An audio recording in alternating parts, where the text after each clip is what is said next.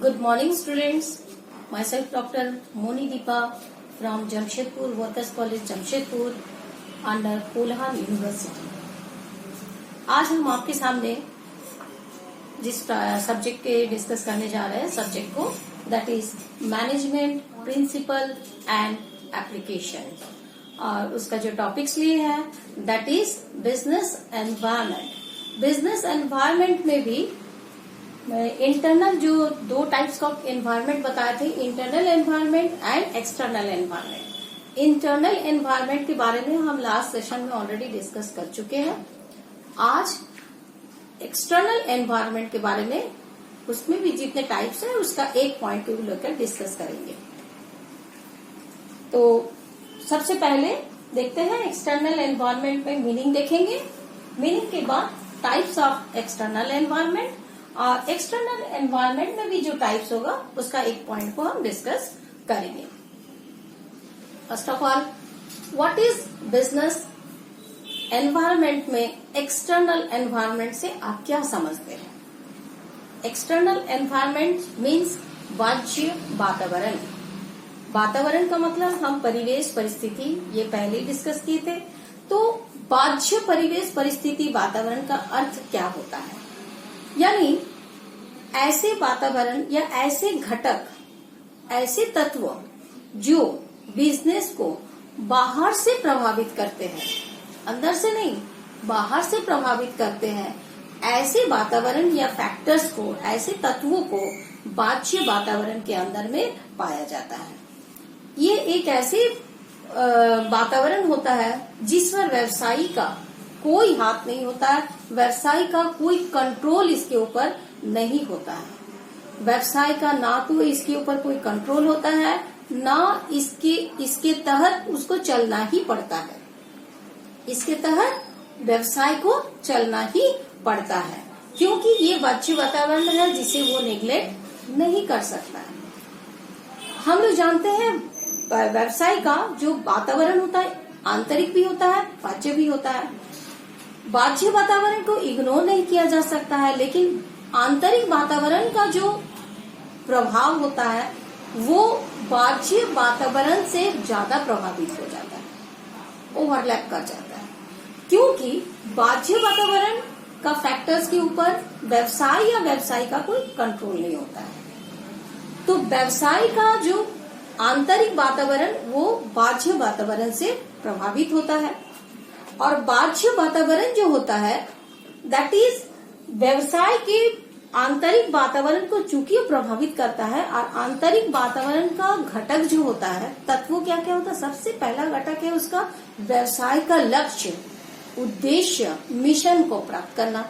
ये उसका फैक्टर होता है। तो बाह्य आंतरिक वातावरण का इस घटक को, इस तत्वों को प्राप्त करने के लिए, चूंकि वो बाह्य वातावरण से प्रभावित होता है, तो व्यवसाय को विभिन्न प्रकार की अवसरों तथा चुनौतियों का सामना करना पड़ता है।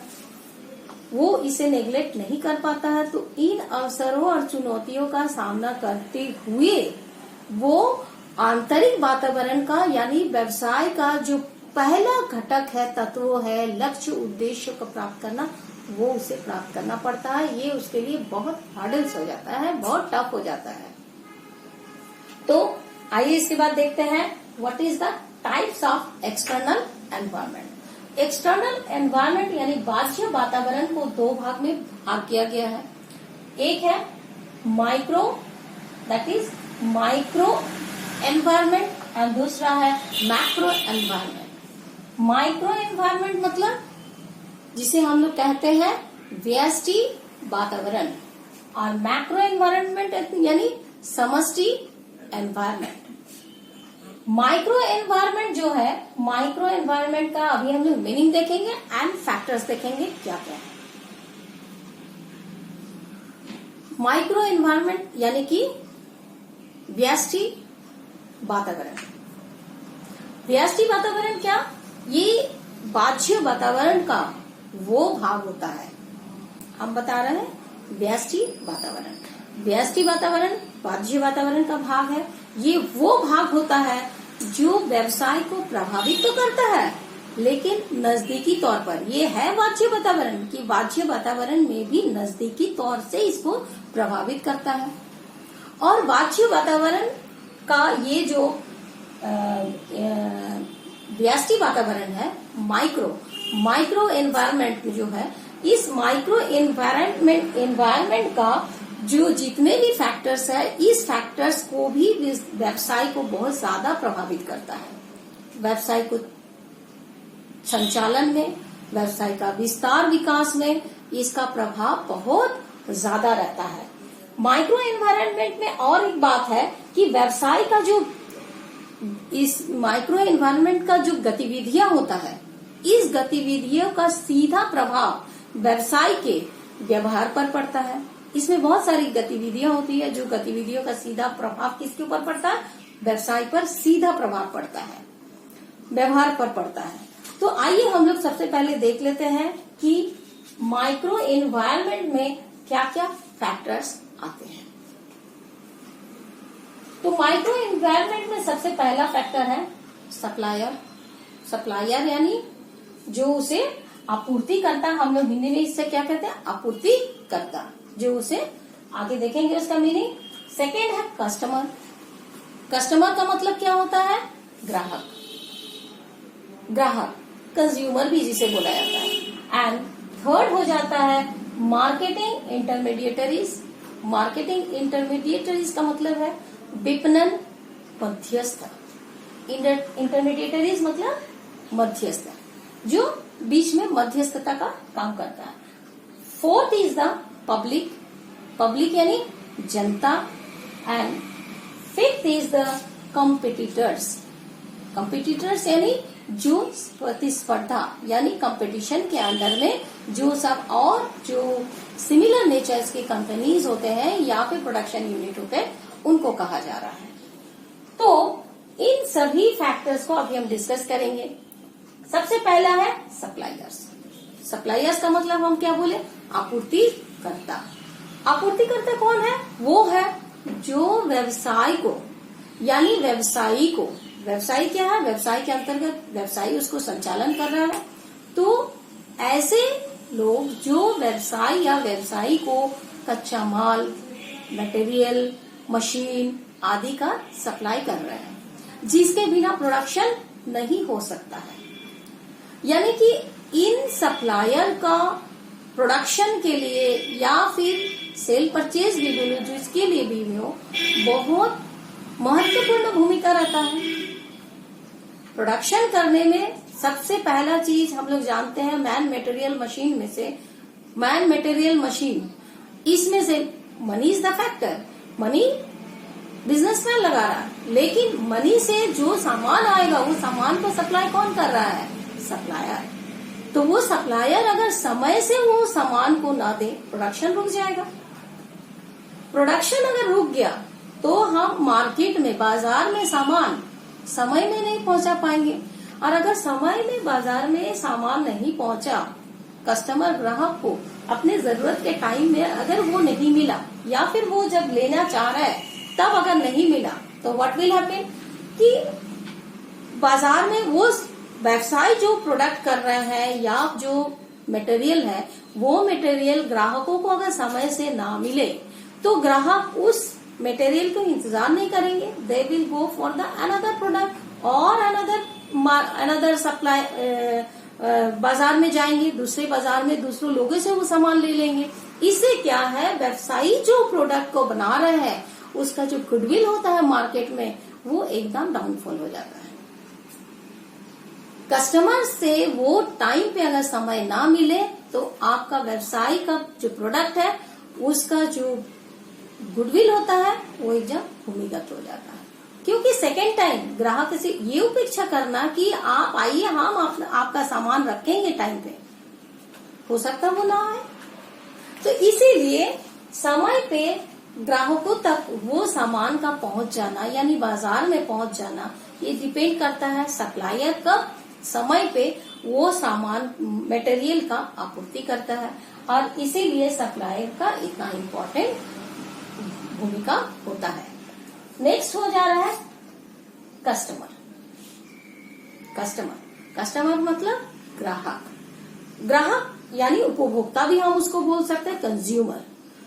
तो ग्राहक कौन है या कंज्यूमर कौन है? ग्राहक, कंज्यूमर वो व्यक्ति है जो उस उत्पाद का, व्यवसायी के द्वारा निर्मित उत्पाद का अंतिम उपभोक्ता होता है। क्या होता है? अंतिम उपभोक्ता होता है।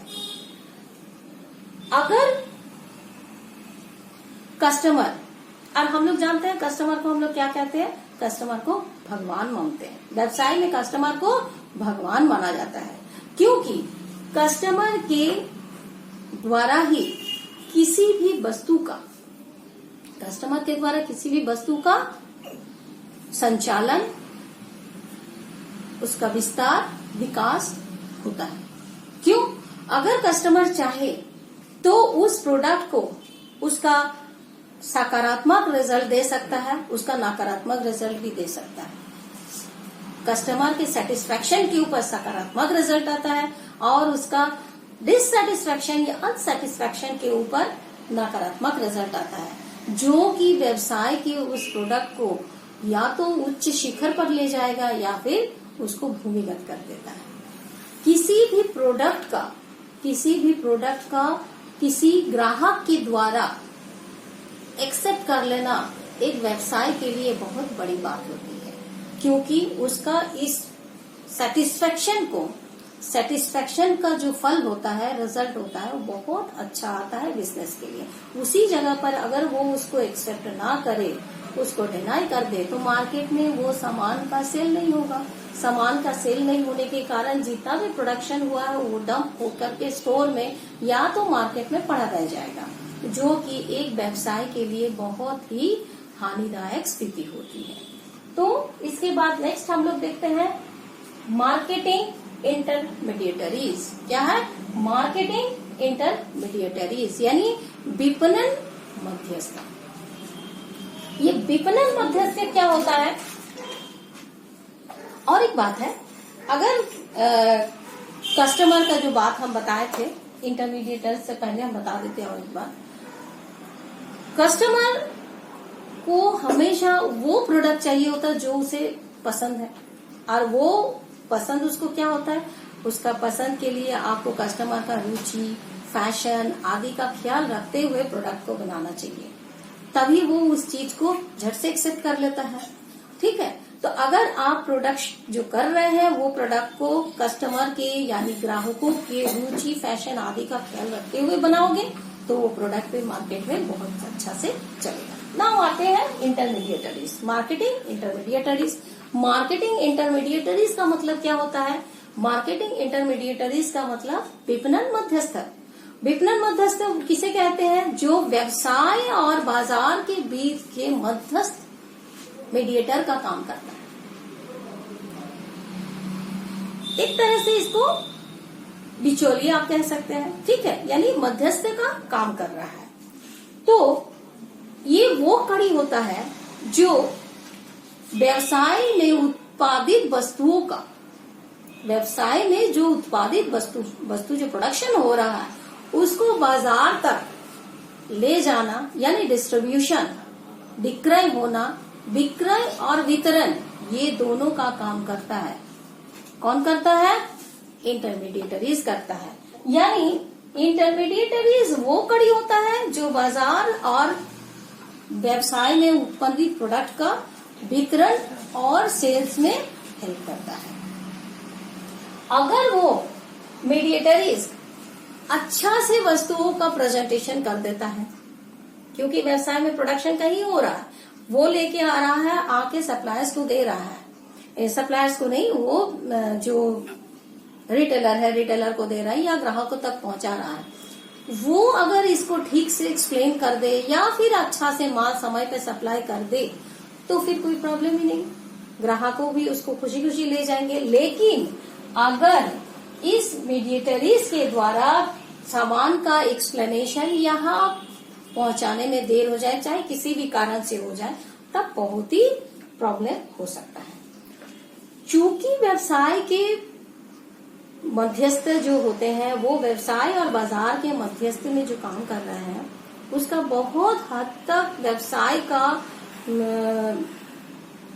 डिपेंड करता है, व्यवसाय को चलने में डिपेंड करता है। इसीलिए व्यवसाय में इस मध्यस्थ का योग्यता, उसका जो क्वालिफिकेशन है, उसका जो क्वालिफिकेशन के साथ साथ उसके जो क्वालिटी होना चाहिए, सेवा भाव उसमें जो होना चाहिए, ये सब अगर ना हो तो व्यवसाय का चलना बहुत मुश्किल हो जाता है। क्योंकि सेवा जो होता है या फिर एक किसी को किसी चीज के बारे में एक्सप्लेन करना जो होता है, वो अगर वो ठीक से नहीं करेगा, उस प्रोडक्ट के बारे में, मान लो कोई ग्राहक उसको नया प्रोडक्ट वो लेके जा रहा है, ग्राहक उसके बारे में नहीं जानता है, तो मध्यस्थ होता है उस प्रोडक्ट के बारे में, चाहे वो रिटेलर हो या ग्राहकों को, उसको एक्सप्लेन कर देता है ताकि ग्राहक को समझ में आए इस प्रोडक्ट में क्या मटेरियल है, क्या इंग्रेडिएंट्स है, क्या उसके लिए अच्छा है, उसमें क्या क्या अच्छाई रखा गया है। तो मध्यस्थ का क्वालिटी होना, उसमें सेवा भाव का जो भाव है ये होना, ये बहुत जरूरी होता है, वो व्यवसाय में अच्छा प्रभाव डालता है। नेक्स्ट आ जाते हैं पब्लिक। पब्लिक का अर्थ क्या है? पब्लिक यानी जनता। जनता का मतलब क्या होता है? जनता में हम वो भाग को, वो समूह को कह सकते हैं, जैसे मीडिया, सेकंड है स्थानीय लोग, या फिर समाज के लोग, या फिर जनता में हम कह सकते हैं नागरिक जो होता है, पॉपुलेशन, जो सोसाइटी के जो इर्द गिर्द लोग रहते हैं, उसे हम कह सकते हैं।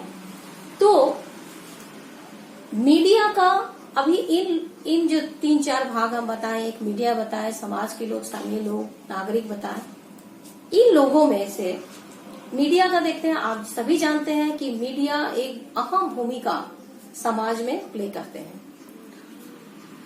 मीडिया अगर किसी भी प्रोडक्ट के लिए बहुत कड़क अपना रवैया रखता है, तो उससे क्या होता है, कड़क रवैये के कारण वो व्यवसाय के उस प्रोडक्ट के लिए बहुत जोखिम या खतरा का घंटी होता है। क्योंकि आजकल मीडिया गांव-गांव, देश-देश तक, छोटे-छोटे कस्बे तक भी मीडिया के जरिए उस प्रोडक्ट का बारे में पता चलता है। और अगर वो उसमें कड़क रवैया रख के कुछ बात बता दे या कुछ उसको एक्सप्लेन कर दे जो कि उस प्रोडक्ट के लिए अच्छा नहीं साबित होता है, तो उस प्रोडक्ट के लिए, उस व्यवसाय के लिए खतरा या जोखिम का घंटी होता है। तो मीडिया उसे या तो चाहे तो आसमान पे बैठा दे उस प्रोडक्ट को, या फिर उसको एकदम भूमिगत कर दे। तो मीडिया का बहुत इम्पोर्टेंट, उसका कड़क रवैया, नरम रवैया के ऊपर बहुत कुछ वस्तु का डिपेंड करता है, व्यवसाय की उस वस्तु का। जहां तक समाज की बात है, समाज के लोगों की बात है, स्थानीय लोगों की बात है, जहां पर वो प्रोडक्ट विक्रय हो रहा है, तो हम सभी जानते हैं, हो सकता है प्रोडक्ट समाज के अच्छे के लिए बन रहा है, लेकिन लोगों के मन में अगर ये विचार आ जाए कि नहीं, ये प्रोडक्ट हमारे लिए अच्छा नहीं है, ये प्रोडक्ट हमें ये हानि पहुंचा सकती है, या आगे चलकर बच्चों के लिए ये हानिकारक साबित हो सकता है, तो वो उस वस्तु को एकदम मार्केट से अबॉलिश कर देने के लिए भी राजी हो जाता है। माने उसको वहां से वस्तु को मार्केट में आने भी नहीं देते हैं, ऐसा भी होता है। या फिर अगर कस्टमर को लगे नहीं ये प्रोडक्ट तो बहुत अच्छा है, तो उसके द्वारा ये एक्सेप्टेंस, हम पहले ही बताया था, कस्टमर होता है, ग्राहक होता है, अंतिम उपभोक्ता होता है। तो समाज के लोग भी एक तरह से ग्राहक की तरह ही होते हैं, अंतिम उपभोक्ता की तरह ही होते हैं। तो वो अगर चाहे तो उसे अगर एक्सेप्ट करते हैं, अच्छा से मान लेते हैं कि यानी अच्छा प्रोडक्ट है, सबके लिए हितकारी है, तो वो उस प्रोडक्ट को बहुत ऊंचाई शिखर तक पहुंचा देते हैं। लास्ट पॉइंट है कंपिटिटर्स। कंपिटिटर्स मतलब प्रतिस्पर्धा करने लायक जो कंपनीज वगैरह या सिमिलर नेचर का प्रोडक्शन यूनिट होते हैं। कंपिटिटर से क्या होता है, स्वाभाविक बात है, जब आप किसी प्रोडक्ट को, किसी भी चीज में, आप अगर किसी फील्ड में काम कर रहे हो, पढ़ाई कर रहे हो, जो भी कर रहे हो, आपके सामने जब कोई कंपटीटर आ जाता है तो आपका वो रेंज या तो बहुत बढ़ जाएगा या फिर आप एकदम चुपचाप से बैठ जाओगे। दोनों में से एक स्थिति होगा। यानी प्रतिस्पर्धा जब किसी कारण से किसी के सामने आ जाता है तो या तो उसका क्वालिटी बढ़ जाता है या फिर वो अपना क्वालिटी का जो नकारात्मक स्थिति है उसको भांप के चुपचाप बैठ जाता है। अगर पॉजिटिव साइड लेके चले तो इससे क्या होगा, जहां आपके सामने कॉम्पिटिटर्स आ जाएंगे तो आप देखोगे आपका प्रोडक्शन में आप और क्या क्या एडिशन कर सकते हो, क्या क्या और एक्स्ट्रा क्वालिटी डाल सकते हो जिससे आपका प्रोडक्ट ग्राहक और अच्छा से एक्सेप्ट करे। इससे क्या हो रहा है, आप उसमें अच्छा से प्रोडक्ट में क्वालिटी डालने की कोशिश करते हो जिससे आपका प्रोडक्ट अच्छा से चलता है। प्रोडक्ट अच्छा से चलने के कारण आप क्या कर रहे हो, मार्केटिंग में जो क्रेडिट पॉलिसीज है उसमें आपको अच्छा क्रेडिट मिलना शुरू हो जाता है साख, जिससे कि आपका बिजनेस भी स्मूथली चलने लगता है। इसमें बहुत सारी बातें ऐसी होती है जो आपके इस कंपटीशन के कारण, प्रतिस्पर्धा का कारण आपके प्रोडक्ट को और अच्छा से बेहतर आप बनाने के लिए तत्पर हो जाते हैं। अपने प्रोडक्ट को बेहतर से बेहतर बनाने की कोशिश कर जाते हैं। क्योंकि आपके सामने कंपटीटर है, आप नहीं चाहोगे कि उसका प्रोडक्ट सेल हो, तो उसका प्रोडक्ट सेल नहीं हो, इसीलिए आप अपना प्रोडक्ट को अच्छा से अच्छा क्वालिटी उसमें इम्प्रूव करने की कोशिश करते रहते हैं। इसी तरह से हम देखते हैं कि competition, public, intermediaries, customer, supplier, ये सब जितने फैक्टर्स है, किस तरह से ये सब माइक्रो वातावरण के फैक्टर्स है, माइक्रो एनवायरनमेंट के फैक्टर्स है। ये फैक्टर किस तरह से आपके व्यवसाय को प्रभावित कर रहा है। तो स्टूडेंट्स, आप यहाँ देखे हो कि फैक्टर्स ऑफ माइक्रो एनवायरनमेंट। आगे चल के नेक्स्ट सेशन में हम आपको बताएंगे factors of meaning and factors of macro environment, जो कि आपका एक्सटर्नल एनवायरनमेंट के अंतर्गत ही आते हैं। एक्सटर्नल एनवायरनमेंट के अंतर्गत मैक्रो यानी समष्टि वातावरण के मीनिंग और फैक्टर्स को हम लोग पढ़ेंगे। Next, till then, bye bye.